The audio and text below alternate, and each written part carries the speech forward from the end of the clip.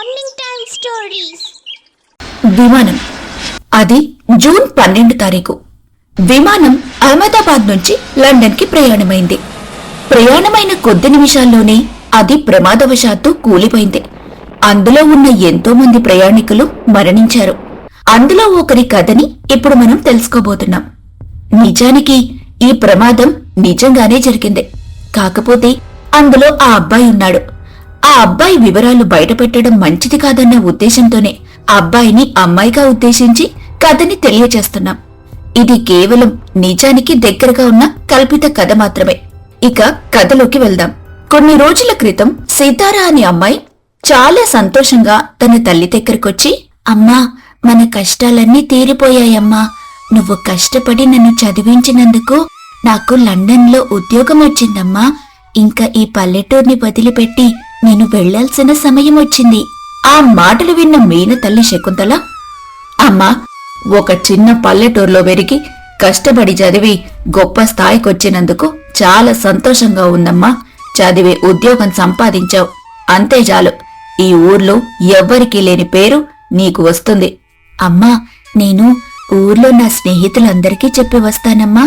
2 రోజుల్లో నేను ప్రయాణం అవ్వాలి. అందుకు తల్లి సరే అంటుంది. తను తన స్నేహితురాళ్ల దగ్గరికి వెళ్లి, ఇక నేను ఊరిని వదిలిపెట్టి వెళ్లాల్సి ఉంటుంది. మీ అందర్నీ నేను చాలా మిస్ అవుతాను. నువ్వు దూరంగా వెళ్తే మాకు చాలా బాధగా ఉంది. కానీ నువ్వు మంచి స్థాయిలో ఉన్నావని మేము సంతోషంగా ఉంటాం. జాగ్రత్తగా వెళ్ళిరా సీతారా. ఊరికి మంచి పేరు తీసుకొస్తావు నువ్వు. అవును, నీ వల్ల ఊరికి చాలా మంచి పేరు వస్తుంది. మన ఊరి పేరు తెలియని వాళ్ళందరికీ మన ఊరి పేరు నీ ద్వారా తెలుస్తుంది. ఆ మాటలకి సీతారా చాలా సంతోషపడుతుంది. స్నేహితులందరినీ పలకరించి ఊరు మొత్తం ఒకసారి తిరిగొస్తుంది. ఇక తన మనసులో, కన్న తల్లిని ఉన్న ఊరిని వదిలిపెట్టడం అంటే మనసుకి చాలా బాధగా ఉంటుంది. కాని తప్పదు. ఈ మట్టిలో పుట్టినందుకు ఈ మట్టికి మంచి పేరు తీసుకుని రావాలి అని అనుకుంటుంది సీతారా. ఆ తర్వాత ప్రశాంతంగా నిద్రపోతుంది. 2 రోజుల తర్వాత తల్లి తండ్రి ఇద్దరూ కూడా అన్నీ సర్ది ఆమెను లండన్ పంపించడం కోసమని ఎయిర్పోర్టుకి వెళ్తారు. అమ్మా, నాన్న, మీరు జాగ్రత్తగా ఉండండి. నేను ఒక 2 ఏళ్ల తర్వాత మళ్లీ తిరిగొస్తాను. అప్పటిదాకా మీరు జాగ్రత్తగా ఉండాలి. సమయానికి నిద్రపోండి, మంచి ఆహారం తీసుకోండి. మేము జాగ్రత్తగానే ఉంటాం తల్లి. నువ్వు జాగ్రత్తగా ఉండమ్మా. నాకు రోజు ఫోన్ చేస్తూ ఉండు. అక్కడికి వెళ్లిపోయిన తర్వాత పని ఒత్తిడిలో పని తినకుండా మాత్రం అస్సలు ఉండొద్దు. రోజుకొక్కసారైనా ఫోన్ చెయ్యి. తప్పకుండా చేస్తాను. మీరు జాగ్రత్త. ఇక నేను వెళ్తాను. అబ్బా సీతారా, ఏం మాటలవి? ఎన్నిసార్లు చెప్పాలి నీకు? వెళ్తాను అని అనకూడదు, వెళ్ళొస్తానని చెప్పాలని.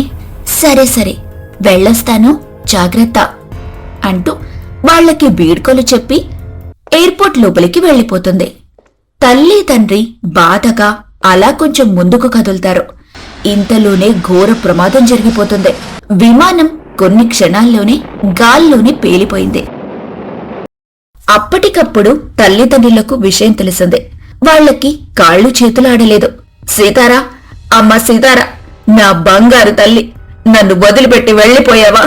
అమ్మ సీతారా. అమ్మా సీతారా, ఎన్నో ఆశలతో ఆశయాలతో కొత్త జీవితాన్ని మొదలు పెట్టాలనుకున్నావు. మమ్మల్ని ఒంటరి వాళ్ళని చేసి వెళ్లిపోయావా సీతారా? అమ్మా సీతారా, నా బంగారు తల్లి, ఒక్కసారి రా అమ్మా అంటూ పెద్ద పెద్దగా ఏడుస్తూ ఉంటారు. వాళ్ల బాధని ఎవ్వరూ ఓదార్చలేరు. పాపం సీతారా శవానికి కూడా వాళ్లు నోచుకోలేదు. కొద్ది సమయంలోనే పెద్ద ఘోరం జరిగిపోయింది. ఘోరం జరిగిన కొన్ని రోజుల తర్వాత మైనా వాళ్ళింటికి వెళ్తుంది. ఆ తల్లి తండ్రి ఏడుస్తూనే ఉంటారు. అమ్మా మైనా, మీ సీతారా వెళ్లిపోయిందమ్మా. మమ్మల్నందరినీ ఒంటరి వాళ్లని చేసి వెళ్లిపోయింది. ఊరికి చాలా గొప్ప పేరు తీసుకొస్తుందని అందరం అనుకున్నాం. నిజంగానే పేరు తీసుకొచ్చింది. ఎవ్వరికీ మన ఊరి పేరు తెలియదు. ఇప్పుడు విమానంలో చనిపోయిందంట. పల్లెటూరమ్మాయి సీతారా అని ఇన్స్టాగ్రామ్లో, ఫేస్బుక్లో, యూట్యూబ్లో మన గురించి, మన ఊరి గురించి, మన సీతార గురించి చెబుతున్నారు. నా స్నేహితురాలిని ఇలా చూస్తానని అనుకోలేదు అంటూ ఏడుస్తుంది. ఇంతలో ఆరవలి వస్తుంది. ఆరవలి బాధగా, ఆ విమానంలో ఎంతో మంది మరణించారు. ఆ విమానం ఏదన్నా రిపేర్ వచ్చి ముందే ఆగిపోతే ఇంత ప్రమాదం జరిగేదే కాదు. ఎంతో మందికి శోకాన్ని మిగిలించేది కాదు. తండ్రి: మంచి వాళ్ళని దేవుడు తొందరగా తీసుకెళ్తాడు అని అంటారు. అందుకే అందరూ భగవంతుడి దగ్గరికి వెళ్ళిపోయారు.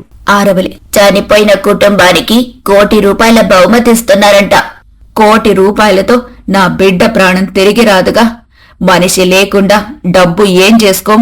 భగవంతుడు ఎంత పని చేశాడు సీతారా అంటూ ఏడుస్తూ ఉంటారు. మైనా, ఆరవలి వారిని ఓదార్చి అక్కడ్నుంచి వెళ్ళిపోతారు. మైనా, ఆరవలి ఇలా మాట్లాడుకుంటూ ఉంటారు. సీతార ఆరోగ్యం బాగోక ఆ రోజు వెళ్లకుండా ఉంటే బాగుండేది. లేదంటే వాళ్ళింట్లో వాళ్ళకి ఎవరికైనా బాగోకుండా ఉన్నా ఉండాల్సిందే. అప్పుడు మన సీతార బ్రతికేదేమో. అవును, లేదంటే ఎయిర్పోర్టుకు ఆలస్యంగా వెళ్లినా బాగుండేది. తను బ్రతికుండేది అంటూ అలా జరిగితే బాగుంటుంది, ఇలా జరిగితే బాగుంటుందని వాళ్ళు బాధగా చెప్పుకుంటూ ఉంటారు. అప్పుడే ఒక ముసలామె అటుగా వెళ్తూ వాళ్ల మాటలు విని, జరిగిపోయిందాన్ని మనం ఏం చెయ్యగలం, అంతా కళ్ల ముందే జరిగిపోయింది. సీతారా చాలా మంచమ్మాయి. మనం అది జరిగితే బాగుండు, ఇది జరిగితే బాగుండని అనుకోవడం తప్ప ఏమీ చెయ్యలేం. ఏదేమైనా జరగాల్సిన ఘోరమంతా జరిగిపోయింది. ఒక్కగానొక్క కూతురు ఎదిగొచ్చింది. తన కాళ్ల మీద తను నిలబడింది కాని ఇప్పుడు తనే లేదు. అంతా తలరాత. బాధపడకండి అంటూ వాళ్ళని ఓదారుస్తుంది. అలా ఒకరినొకరు ఓదార్చుకోవటం తప్ప ఎవ్వరూ కూడా ఏమీ చేయలేరు. తాను చనిపోతుందని సీతారా కలలో కూడా ఊహించలేదు. అదే ఆమెకు చివరి రోజవుతుందని ఆమె ఊహించలేదు. చనిపోయే ముందు ఎంత నరకం అనుభవించి చనిపోయిందో సీతారా. సీతారాతో పాటు చనిపోయిన వాళ్లందరి ఆత్మకు శాంతి కలగాలని అందరూ మనస్ఫూర్తిగా కోరుకుంటారు. ఒకవేళ సీతారకి భగవంతుడు మరొక అవకాశం ఇచ్చుంటే తన తల్లిదండ్రుల దగ్గరికి వచ్చి సంతోషంగా సమయాన్ని గడిపేది. కాని తలరాతను ఎవ్వరూ మార్చలేరు. రోజులు గడుస్తున్నాయి. విమానంలో మరణించిన వారి గురించి ప్రతిరోజు ఏదో ఒక వార్త వస్తూనే ఉంది. ఆ సమయంలోనే సీతార తల్లికి ఒక డైరీ కనబడుతుంది. అది సీతారది. అది మొత్తం ఇంగ్లీష్లో ఉండటంతో వెంటనే దాన్ని ఆరవలి దగ్గరికి తీసుకుని వెళ్తుంది. ఆరవలి దాన్ని చదివి తల్లితో ఇలా చెబుతుంది. ఆరవలి: ఇందులో సీతార ఎంతో ఆశగా రాసుకున్న వాటి గురించి ఉన్నాయమ్మా. లండన్ కి వెళ్లిన తర్వాత పెద్ద ఇల్లు తీసుకోవాలి, అక్కడ ఉద్యోగం చేస్తూ తల్లిదండ్రులని కూడా తర్వాత లండన్ కి తీసుకెళ్లి మొత్తం తిప్పాలని అనుకుంది. కొన్నేళ్లు అక్కడే ఉండి తర్వాత మళ్లీ మన దేశానికి తిరిగొచ్చి ఇక్కడ ఏదైనా వ్యాపారం చేసి ఎన్నో మంచి కార్యక్రమాలు చేయాలని ఉంది. మన ఊర్లో స్కూల్ కట్టించాలి, మంచి హాస్పిటల్ కట్టించాలని ఇలా ఎన్నో రాసింది అంటూ ఏడుస్తూ చెబుతుంది. ఆ మాటలు విన్న తల్లి, సీతార ఎంతో మంచమ్మాయి, ఊరి గురించి ఆలోచించింది. ఊర్లో లేని సౌకర్యాలు మొత్తం తీసుకురావాలని కలలుగంది. ఇప్పుడు తనొక కలగానే మిగిలిపోయింది. దేవుడికి న్యాయం లేదు. అందుకే సీతారని తీసుకుని వెళ్లిపోయాడు. ఆరవలి: భగవంతునికి ఏడ్చ పుట్టినట్టుంది. సీతార బ్రతికుంటే అన్ని మంచి పనులు చేస్తుంది. అప్పుడు భగవంతుణ్ణి ఎవ్వరూ తలుచుకోరు కదా. అందుకే ఆయనకు భయం వేసినట్టుంది. అందుకే ఇలా జరిగింది అంటూ ఏడుస్తూ ఉంది. సీతార తల్లి కూడా ఏడుస్తూ ఆ డైరీని తీసుకుని వెళ్లిపోతుంది. ఆరవలి మనసులో, భగవంతుడా, నువ్వేమి చిత్రాలు చేస్తావో మాకు తెలీదు. కాని నువ్వు చేసే చిత్రాలు కొన్నిసార్లు బాధను మిగులుస్తాయి, మరికొన్నిసార్లు సంతోషాన్నిస్తాయి. ఎందుకిలా జరుగుతుందని మేము నిన్ను ప్రశ్నించినా సమాధానం దొరకదు అంటూ బాధగా అక్కడి నుంచి వెళ్లిపోతుంది. ఆ డైరీ తీసుకున్న సీతార తల్లి భర్త దగ్గరికి వెళ్లి ఆ డైరీలో సీతార రాసిన దాని గురించి ఆయనకు చెప్పి చాలా బాధపడుతుంది. దాన్ని విని అతను చాలా బాధపడతాడు. తండ్రి, ఇక మన బిడ్డ ఎప్పటికీ తిరిగి రాదు. తన జ్ఞాపకాల్లోనే మనం బ్రతకాలి. ఉన్నంతకాలం సంతోషంగా ఉండాలి. మనం బాధపడుతూ ఉంటే తన ఆత్మకు శాంతి ఉండదు. తన ఆత్మకు శాంతి కలగాలంటే మనం సంతోషంగా ఉండాల్సిందే అంటూ ఆమెకు ధైర్యం చెబుతాడు.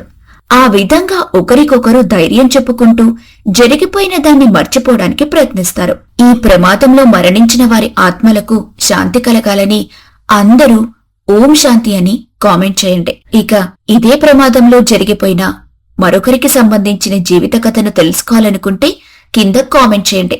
అలానే వీడియోని లైక్ చేయండి, షేర్ చేయండి.